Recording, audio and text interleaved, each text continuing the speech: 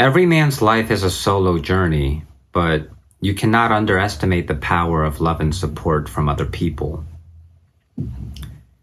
As a person who has experienced both Western and Eastern culture at a fairly early age, around my teenage years, I was able to notice a big difference, especially in family culture. So it's quite hard to explain, but this is what I felt. So back in high school, I think it was during my first year, so I was a freshman.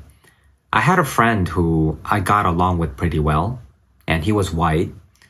And we got along pretty well because we sort of enjoyed the same type of music. We both liked Nirvana, but not in the way people like Kurt Cobain and Nirvana nowadays as a fashion icon printed on a band t-shirt.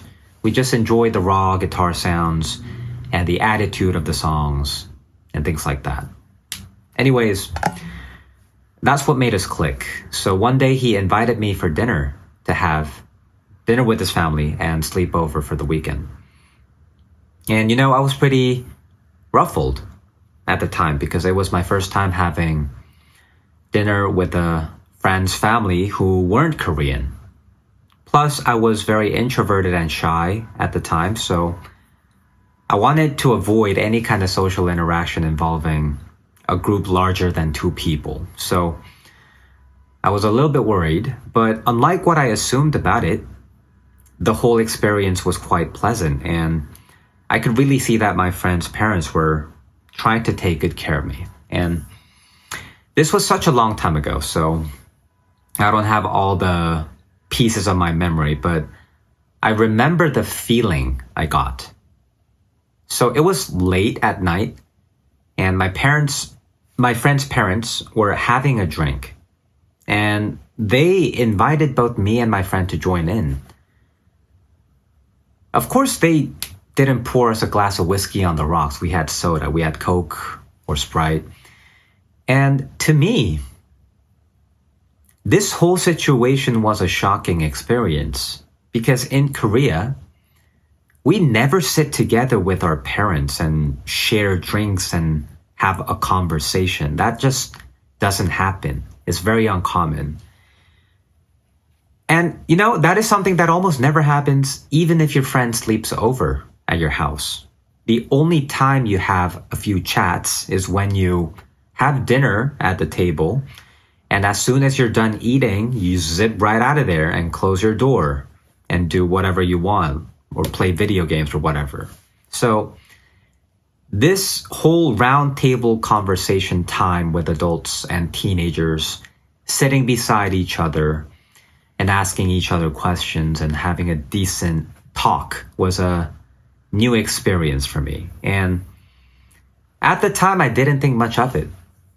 I just thought it was a difference between my family and his family. But thinking about it now, it was more than that. I see that it wasn't just an individual experience.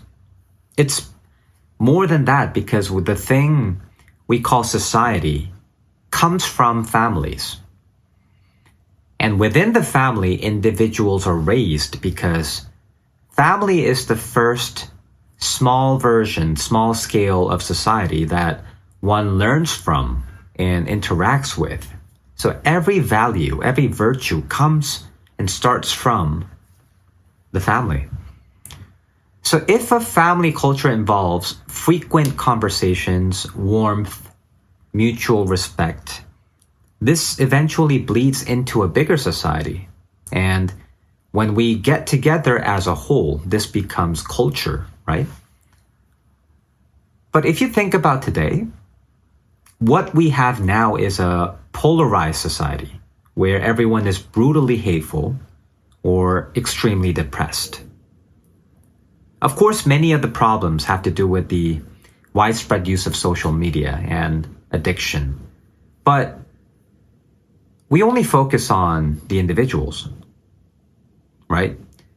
Social media didn't just destroy individuals. We ignored the fact that it also destroyed families. So maybe the reason why less people want to get married and less people want to have babies is not just because of house prices or living costs or bad economy. They may be partially contributing to that factor, but maybe the idea of having a happy family, the idea of sharing drinks and food with family members, the idea of family connection is slowly disappearing.